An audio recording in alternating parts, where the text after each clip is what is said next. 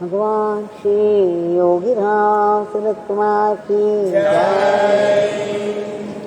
सर्वं योगीराम सूरत कुमारार्पणमस्तु।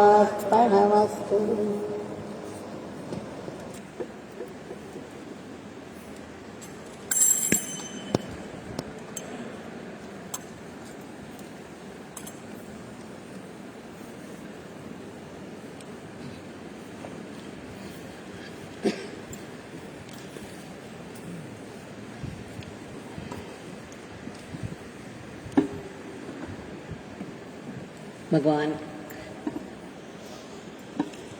to the lotus feet of Bhagwan, gratefully and devotedly, we have offered the Nama flowers, and before we submit today's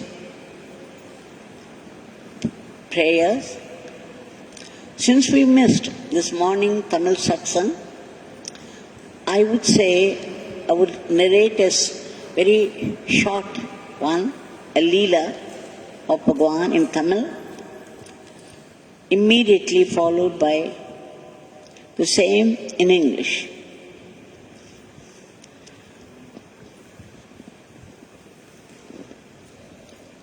As we have a paradigm, one Leela a day will keep the Maya away. It will take only a few minutes. இன்று காலையில் சுவாதி நட்சத்திர ஹோமங்கள் இருந்ததனால் நம்மால் சத்சங்க லீலை சொல்ல முடியவில்லை. ஒரு குட்டியாக ஒரு லீலை ஒன்றை சொல்லி அதன் பிறகு இதை ஆங்கிலத்தில் நாம் பகிர்ந்து கொள்ளலாம். புஷ்பா முருகேசன் என்று சேலத்திலிருந்து ஒரு அம்மா வந்திருந்தார்கள். மிகவும் பக்தியோடு பகவானுடைய நாமத்தை சதா சொல்லிய வண்ணம் இருப்பவர்கள். அங்கு சேலத்திலேயே அவரை சுற்றியுள்ள பகுதிகளிலிருந்து பல மகளிரை கூப்பிட்டு அவர்களுக்காக நாம சங்கீர்த்தனமும், அவர்களுக்கு ஏதேனும் பிரச்சனை இருந்தால் அதற்காக கூட்டு பிரார்த்தனையும் கூட்டு நாம சங்கீர்த்தனமும் செய்வது வழக்கம். இப்படி நிறைய பேர் அவரிடம் சேர்ந்து விட்டார்கள். அவர் பல அற்புதங்கள் அவருக்கு நடந்து வருகின்றன. அதில் ஒன்றை நாம் இன்று பார்க்கலாம். அவர் சொன்னார், கிட்டத்தட்ட 4-5 தலைமுறையாக அவர்களுக்கு அவருடைய குலதெய்வம் எதுவென்றே தெரியவில்லையாம். குலதெய்வத்தின் பேரும் தெரியவில்லையாம், ஊரும் தெரியவில்லையாம். அப்பொழுது புஷ்பாவினுடைய கணவர் முருகேசன் அவர்கள் பகவானுடைய நாமத்தை சொல்லி சொல்லி அவரிடம் வேண்டிக் கொண்டே இருந்தார்கள், எனக்கு குலதெய்வத்தை காட்டிக் கொடுங்கள் என்று. ஏனென்றால் சில குலதெய்வங்கள் நாம் அவர்களை சரியாக கவனிக்கவில்லை என்றால் பல தொந்தரவுகளுக்கு ஆளாக நேரலாம். முக்கியமாக வீடுகளில் வியாதி படுத்தும் என்று சொல்வார்கள் அல்லவா, மாற்றி மாற்றி ஏதேனும் ஒன்று நெகட்டிவாக நடந்து கொண்டே இருக்கும். அவர்கள் அந்த குடும்பத்தினர் இங்கு ஒரு முறை பாத பூஜைக்கு வந்திருந்தார்கள் ஆசிரமத்தில். அப்பொழுது அவர்கள் சொல்லிய ஒரு கதை, அவர்களுக்கு நேர்ந்த ஒரு அனுபவம் எல்லோருக்கும் பிரமிப்பை தந்தது.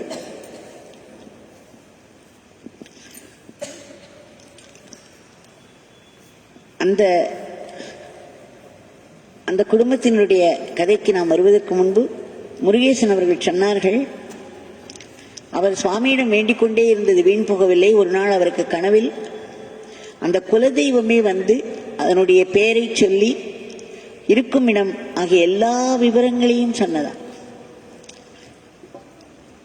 மிகவும் ஆச்சரியமாக இருக்கிறது நமக்கு கேட்பதற்கே. அவர்கள் எல்லோரும் பகவானை யாருமே பார்த்ததில்லை. திரு கருணாகரன் அவர்கள், ப்ரொஃபசர் கருணாகரன் சேலத்தில் சத்சங்கம் நடத்தி வருகிறார்கள். அவருடைய கூட்டு சத்சங்கத்தில் நிறைய பேர் வந்து கலந்து கொள்கிறார்கள். அதில் ஒரு பகுதி தான் புஷ்பா முருகேசன் அவர்களுடைய சத்சங்க கூட்டு. பகவானுடைய நாமத்தை கற்றுக்கொண்டார்கள். இந்த நாமத்தை சொல்லி வந்ததன் பலனாக, வேண்டியதன் பலனாக முருகேசன் அவர்களுடைய கனவிலே குலதெய்வம் யார், இருக்கும் ஊர் என்ன என்ற எல்லா விவரங்களும் வந்துவிட்டதாம். அதன் பிறகு அவர்கள் அங்கு சென்று பார்த்ததில் அந்த குலதெய்வம் என்பதை புரிந்து கொண்டார்கள். இப்பொழுது அவர்கள் தொடர்ந்து அங்கு சென்று வருகிறார்கள். இந்த குலதெய்வம் ஏன் இவ்வளவு முக்கியம் என்று கேட்டால், நான் சொன்னது போல் ஒரு குடும்பத்தினர் இங்கு பாத பூஜைக்கு வந்திருந்தார்கள். அவர்கள் சொல்லிய இந்த விவரத்தின்படி நம்முடைய பகவான் இந்த குலதெய்வத்தினுடைய மகிமை எடுத்து சொன்ன ஒரு விவரம் நமக்கு கிடைக்கிறது. அவர்கள் வீட்டில் ஒரு குழந்தை கிட்டத்தட்ட ஒரு 2-2.5 வயது இருக்கலாம். அந்த குழந்தைக்கு சதா உடம்பு படுத்திக் கொண்டே இருந்தது. இரண்டாவது, அதனால் பேச முடியவில்லை, ஊமையாக வேற இருந்தது. அப்பொழுது அவர்கள் நம்முடைய பகவானை பற்றி கேள்விப்பட்டு சன்னதி தெரு வீட்டுக்கு சென்றார்களாம். அப்பொழுது பகவான் அவர்கள் அந்த குழந்தையை பார்த்து, இந்த குழந்தையின் பேர் என்ன என்று கேட்டார். அவர்கள் ஏதோ ஒரு பேர் ரொம்ப ஃபேன்சியாக வைத்திருந்தார்கள். இப்பொழுது ரொம்ப மாடர்னாக ஏதாவது வைப்பது வழக்கமாகிவிட்டது அல்லவா?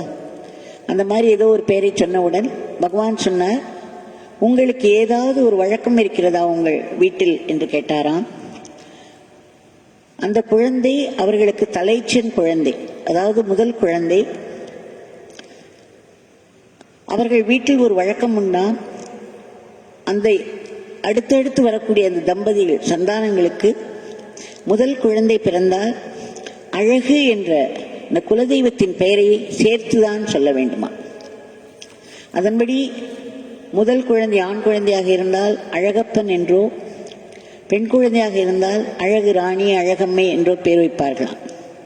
ஆனால் இந்த அழைத்து வந்த குழந்தைக்கு அந்த அழகம்மை என்ற பெயரை, அழகு என்ற பெயரை சேர்த்து சொல்வதற்கு பதிலாக வேற ஏதோ ரொம்ப ஃபேன்சியாக வைத்திருந்தார்கள். உடனே பகவான் சொன்னார், உங்கள் குடும்பத்தில் வழி வழியாக இந்த மாதிரியான ஒரு ட்ரெடிஷன் இருக்கிறது, ஒரு பழக்கம் இருக்கிறது. அதை மாற்றி நீங்கள் இந்த முதல் குழந்தை வேறு பெயர் வைத்திருக்கிறீர்கள். நீங்கள் உங்கள் வழக்கப்படி அதற்கு குலதெய்வத்தினுடைய பெயரை சேர்த்து கூப்பிடுங்கள், எல்லாம் சரியாகிவிடும் என்றாராம். அதன்படி அவர்கள் அந்த அழகு என்ற வார்த்தையை கூப்பிட்டு சேர்த்து அதனுடைய பெயரை மாற்றி கூப்பிட ஆரம்பித்தவுடன் அந்த குழந்தை பேச ஆரம்பித்து விட்டதாம்.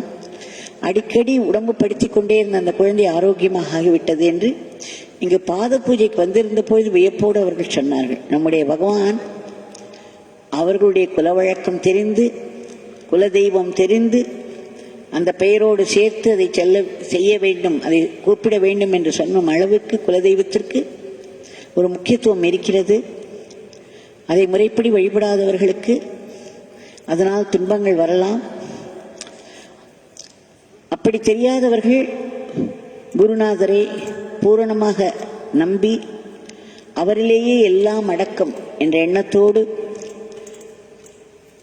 அவரிடம் பக்தியோடு சரணாகதியோடு பூஜை செய்து வந்தால் எல்லாம் சரியாகிவிடும். அப்படி குலதெய்வம் தெரிந்தவர்கள் அதற்குரிய வழிபாட்டை செய்து வர வேண்டும் என்பது இதிலிருந்து தெரிகிறது. ஆக பகவான் அதற்குரிய அந்த மதிப்பையும் கௌரவத்தையும் கொடுத்து அதை எல்லோரும் செய்ய வேண்டும் என்பதை நமக்கு குறிப்பால் காட்டுகிறார். அந்த பகவான் நம்முடைய கண்முன்னே மூர்த்தியாக நின்று கொண்டிருக்கிறார். அவருக்கு இன்றைய பிரார்த்தனையை நாம்